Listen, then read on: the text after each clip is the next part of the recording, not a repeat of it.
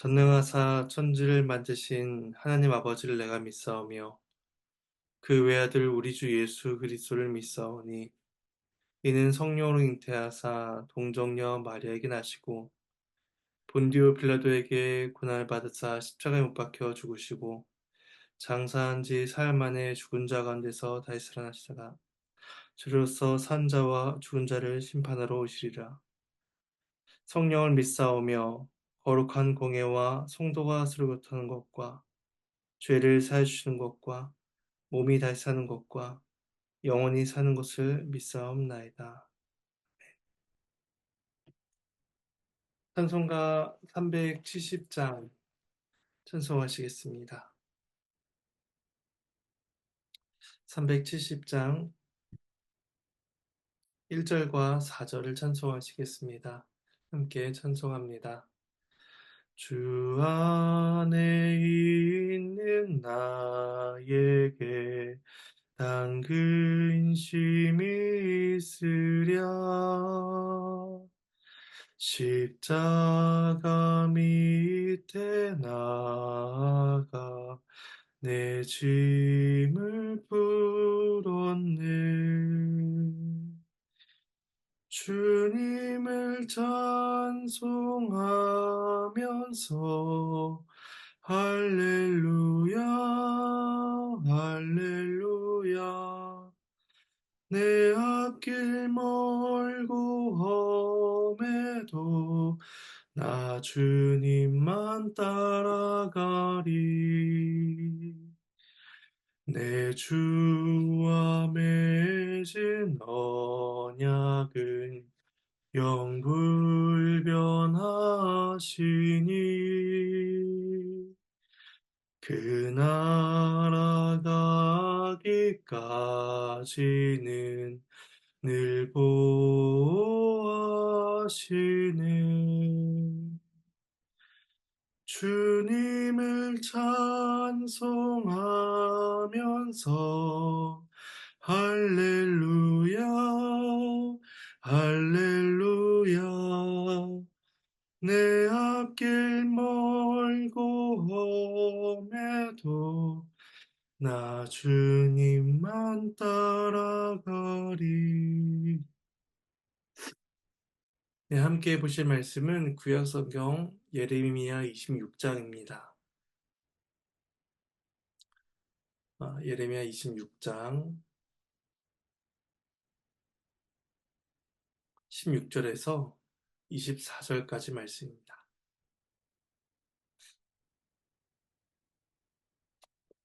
네, 말씀은 본문을 살펴가는 가운데 봉독하도록 하겠습니다. 이제 주의 말씀을 함께 나누겠습니다. 예레미야가 성전에서 하나님의 말씀을 전하기를 마치자 제사장들과 선지자들과 모든 백성들이 예레미야를 붙잡아 죽이려고 합니다. 하나님의 말씀을 전하고 또 백성들을 하나님께로 인도해야 될 종교 지도자들까지 하나님이 보내신 선지의 말씀을 듣지 않고 배척하고 있었던 것입니다. 오늘 말씀은 그러한 상황 속에서 고관들과 백성들의 판결이 이어지고 있습니다. 뜻밖에도 이들은 종교 지도자들과는 달리 다른 결론을 내림으로써 예레미야의 생명이 보호를 받게 만듭니다. 물론 그들이 주의 말씀에 회개하는 심령으로 선제를 보호했다라는 암시는 전혀 없습니다. 그러나 하나님께서는 그런 자들을 통해서도 예레미야를 보호해주고 계시다라는 사실을 우리는 확인하게 됩니다. 이제 먼저 16절 말씀을 봉독하도록 하겠습니다. 고관들과 모든 백성이 제사장들과 선지자들에게 이르되 이 사람이 우리 하나님 여호와 이름으로 우리에게 말하였으니 죽일 만한 이유가 없느니라. 고관들과 백성들은 예레미야에 대한 사형 선고가 부당하다라고 선언합니다. 왜냐하면 예레미야가 하나님 여호와의 이름으로 말씀을 전하고 있기 때문입니다. 제사장들과 선지자들이 예레미야를 죽이려고 한 반면에 고관들과 백성들은 예레미야에게 죄가 없음을 확인합니다. 또한 제사장들과 선지자들은 예레미야가 여호와 이름을 빙자하여 거짓 예언을 전한다라고 본 반면에 고관들과 백성들은 그가 하나님 여호와 이름으로 말씀을 전하고 있다라는 사실을 확인합니다. 말씀의 진실성을 옳게 판단해야 될 자들은 그릇된 판단을 내리고 있는 반면 고관들과 백성들은 양심과 분별력에 따라 옳은 판단을 내리고 있었던 것입니다. 그러자 이 말씀을 듣고 있던 지방의 장로 몇 사람이 일어나 온 회중에게 말하기 시작합니다. 이들은 각 지방의 유력한 자들로서 백성의 재판을 판결하거나 송사 문제에 대해서 자문을 해줄 수 있는 그러한 자격을 가진 사람이었을 것입니다. 이들은 여호와 이름으로 말씀을 전했던 두 명의 선자를 예로 들게 되는데 먼저 첫 번째 사람은 17절에서 19절까지로 히스기야 시대의 모레셋 사람 미가 선자입니다. 17절에서 19절까지 말씀을 봉독하겠습니다. 그러자 그 지방의 장로 몇 사람이 일어나 백성의 온 회중에게 말하 이르기를 유다의 왕 히스기야 시대의 모레 사람 미가가 유다의 모든 백성에게 예언하여 이르되 만군의 여호와께서 이와 같이 말씀하셨느니라. 시온은 밭같이 경작지가 될 것이며 예루살렘은 돌무더기가 되며 이 성전의 산은 산당이의 숲과 같이 되리라 하였으나 유다의 왕 히스기야와 모든 유다가 그를 죽였느냐. 히스기야가 여호와를 두려워하여 여호와께 간구하매 여호와께서 그들에게 선언한 재앙에 대하여 뜻을 돌이키지 아니하셨느냐. 우리가 이같이 하면 우리의 생명을 스스로 심히 해롭게 하는 것이니라.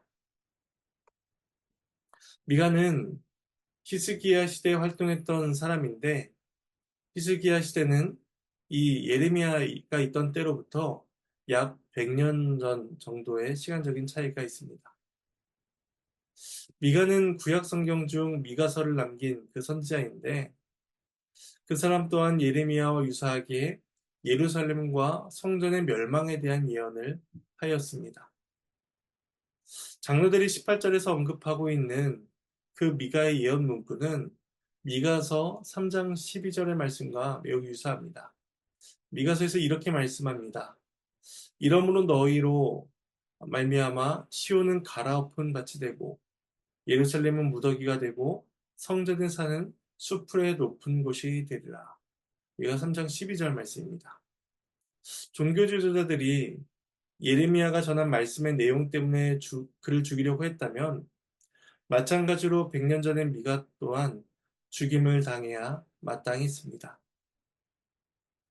예루살렘 멸망에 대한 경고와 선언은 이 예레미야가 처음이 아니었기 때문입니다. 그래서 장로들이 묻습니다.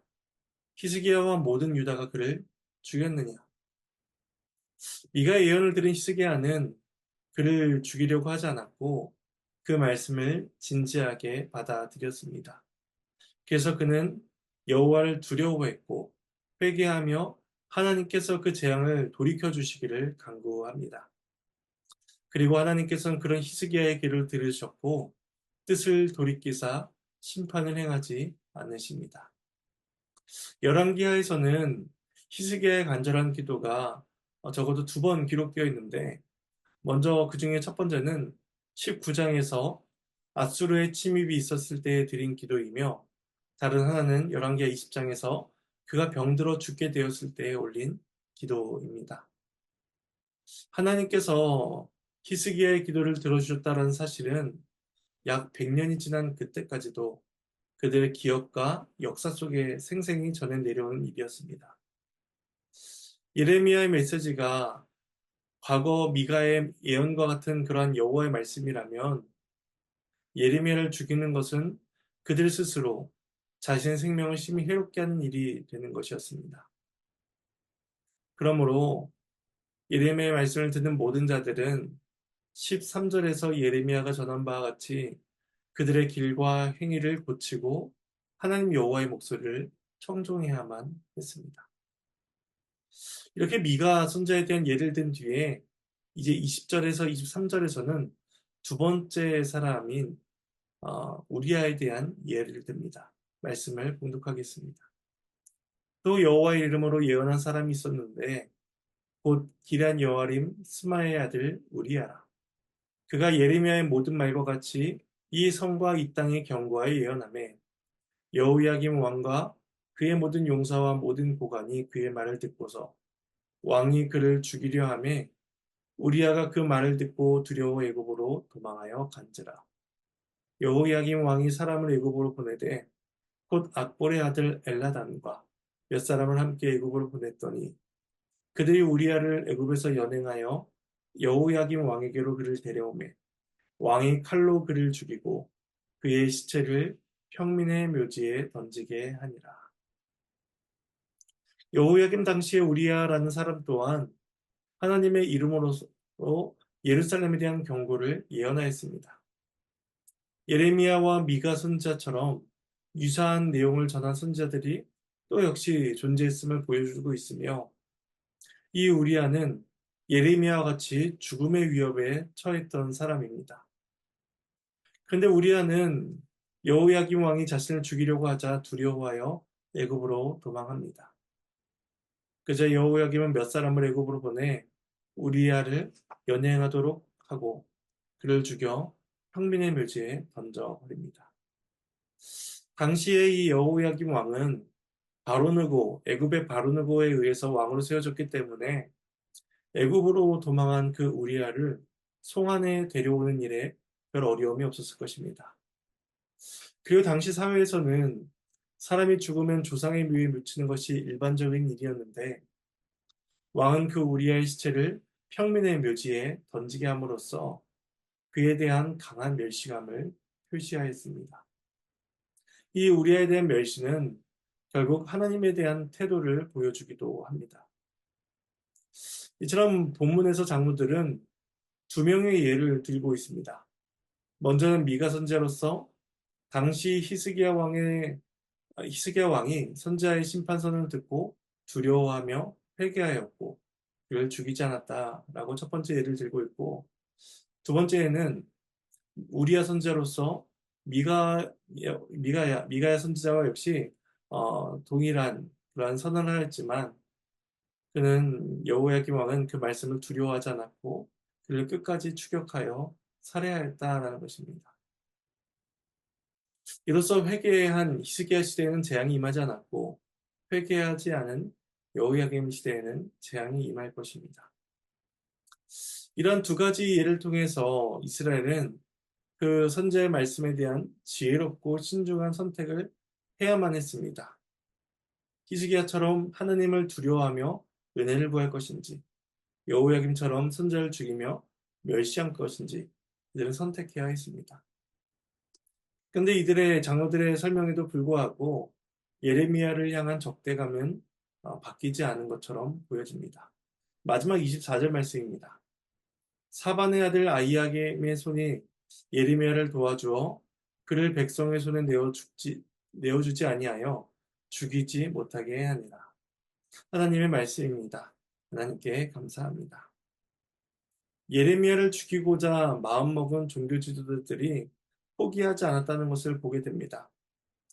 그들의 입장에서 보면 미가나 또 미가 선지자의 말씀의 진정성으로 인해서 그것이 재앙이 임했는지 아니었는지 그건 전혀 관계가 없었습니다. 왜냐하면 현재 그들은 하나님의 심판을 경험하지 않고 있기 때문입니다. 그리고 여호야김 시대에도 역시 재앙이 임하지 않고 있었습니다. 그러니 그들은 하나님의 말씀을 두려워할 필요가 없었던 것이죠. 그래서 그들은 백성들을 부추김으로써 예레미야를 죽이고자 합니다. 근데 그때 사반의 아들 아이감의 도움으로써 예레미야는 죽음의 위기에서 건짐을 받게 됩니다. 하나님의 선자를 끝까지 죽이고자 했던 그 이스라엘이 얼마나 무자비했으며 또한 동시에 그토록 어둡고 폭력적인 시대에 예레미야가 건짐을 받았다는 이 사실이 얼마나 큰 놀라운 기적이며 하나님의 은혜임을 생각하게 됩니다. 또한 하나님께서 아이감 같은 그 소수의 사람을 통하여서 선자를 구원해 가신다는 사실을 볼 때에 그와 같은 선지자의 성도의 손길이 얼마나 귀하고 복된지를 우리는 돌아보게 됩니다. 본문의 말씀은 이렇게 맞춰지게 되는데 우리는 이 이야기 속에서 이스라엘의 완악함을 두 가지로 정리해 볼 수가 있습니다. 첫 번째는 예레미야에게 죽일 만한 이유가 없다고 그렇게 설명한 사람들조차도 회개하고 돌이켰다라는 언급이 없다는 점입니다. 마지막 24절에서 백성들이 예레미야를 죽이려고 했다라는 이 모습은 결국에는 그 고관들과 백성들, 장로들에게서 믿음과 회개의 정황이 나타나지 않았다는 모습을 통해서 충분히 유추할 만한 정황인 것입니다.